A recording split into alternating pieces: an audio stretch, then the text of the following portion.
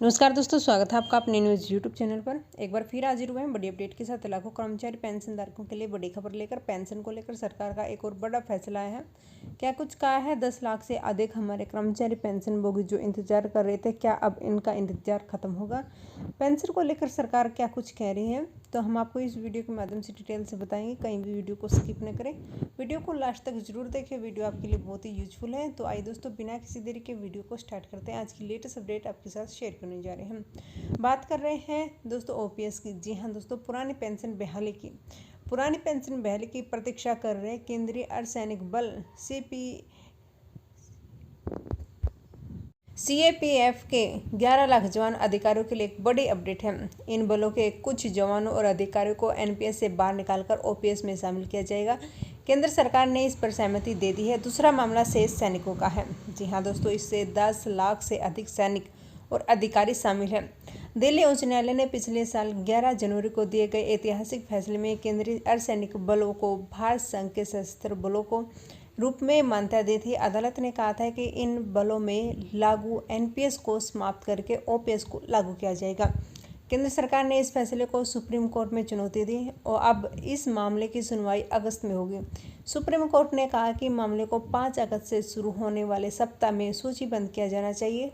जो याचिकाकर्ता विशेष अनुमति याचिका में भी संशोधन कर सकते हैं। नए दस्तावेज जोड़े जा सकते हैं। याचिकाकर्ताओं का जवाब सुप्रीम कोर्ट में दाखिल किया जाएगा। हम आपको बता दें कि एनपीएस की हड़ताल के बारे में दोस्तों, केंद्रीय बलों के जवानों ने पिछले साल दिल्ली उच्च न्यायालय से अपने अधिकार के लिए लड़ाई जीती थी।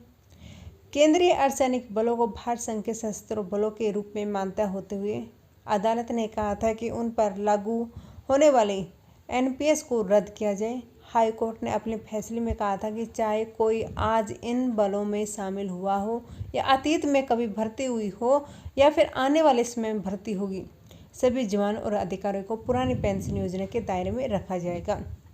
केंद्र सरकार ने अदालत के फैसले को लागू नहीं किया। केंद्र सरकार को सुप्रीम कोर्ट में फरवरी 2024 तक स्थगन आदेश मिला। अब सुप्रीम कोर्ट ने एसएलपी नंबर 225, जी हाँ दोस्तों, यही जो डायरी नंबर है, 5 अगस्त से शुरू होने वाले समाप्त में इस मामले को सूचीबद्ध करने के लिए दोस्तों 52-544/2023 और 613/2024 शीर्षक अदालत ने एसएलपी में संशोधन की अनुमति दी थी। केंद्रीय अर्धसैनिक बलों के कर्मी जिन्हें राष्ट्रीय एनपीएस प्रणाली में शामिल होने के बाद शामिल किया गया था, अब फिर से पुरानी पेंशन योजना यानी कि ओपीएस का लाभ उठा सकते हैं। गृह मंत्रालय ने इस संबंध में आदेश जारी किया और हालांकि मामला सुप्रीम कोर्ट तक पहुंच गया। खास बात यह है कि इसमें केंद्र सरकार कुछ शर्तों को पूरा करने में कर्मचारी को ओपीएस में शामिल करने पर सहमति हुई है।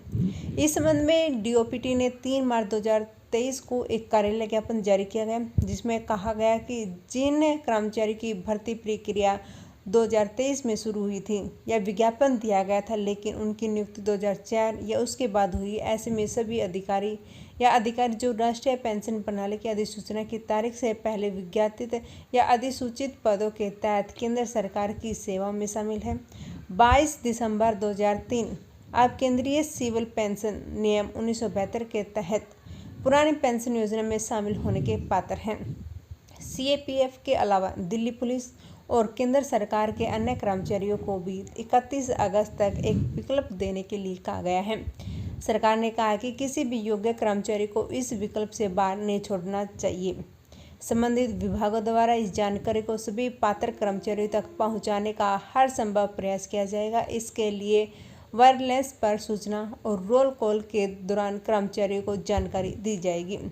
यह एक विकल्प था। पिछले साल सभी विभागों को 31 अक्टूबर तक प्रक्रिया पूरी करने के लिए कहा गया था। सरकार ने कहा था यदि कोई योग्य कर्मचारी उक्त अवधि तक पुरानी पेंशन योजना का विकल्प नहीं चुनते तो इसका मतलब ये है कि कर्मचारी राष्ट्रीय प्रणाली में बने रहने का इच्छुक है, उन्हें एनपीएस के तहत लाभ प्रदान किया जाएगा। कोई भी योग्य कर्मचारी जो अब इन दोनों योजनाओं में से किसी एक को चुन रहा है तो उसे अंतिम विकल्प माना जाएगा।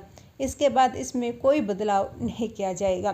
केंद्र सरकार द्वारा उक्त निर्णय लेने से पहले सर्वोच्च न्यायालय ने सभी एसएलपी को खारिज कर दिया गया। इस मामले में भी केंद्र सरकार ने कई SLP दायर की थी, लेकिन सुप्रीम कोर्ट ने पिछले महीने उन्हें खारिज कर दिया गया। 23 SLP थे जिसमें डायर नंबरिंग आवंटन किया गया, जिसमें उसे बर्खास्त कर दिया गया था।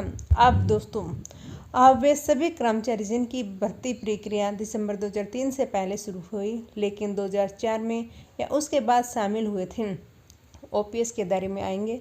सुप्रीम कोर्ट ने भी सरकार को अपना आदेश वापस लेने की अनुमति दी है, यानी कि कहीं गलती हुई है तो सरकार उसे ठीक कर सकती है। इस मामले में प्रक्रिया जारी है, जबकि दूसरे मामले में जवाब अगस्त तक दाखिल किया जाएगा।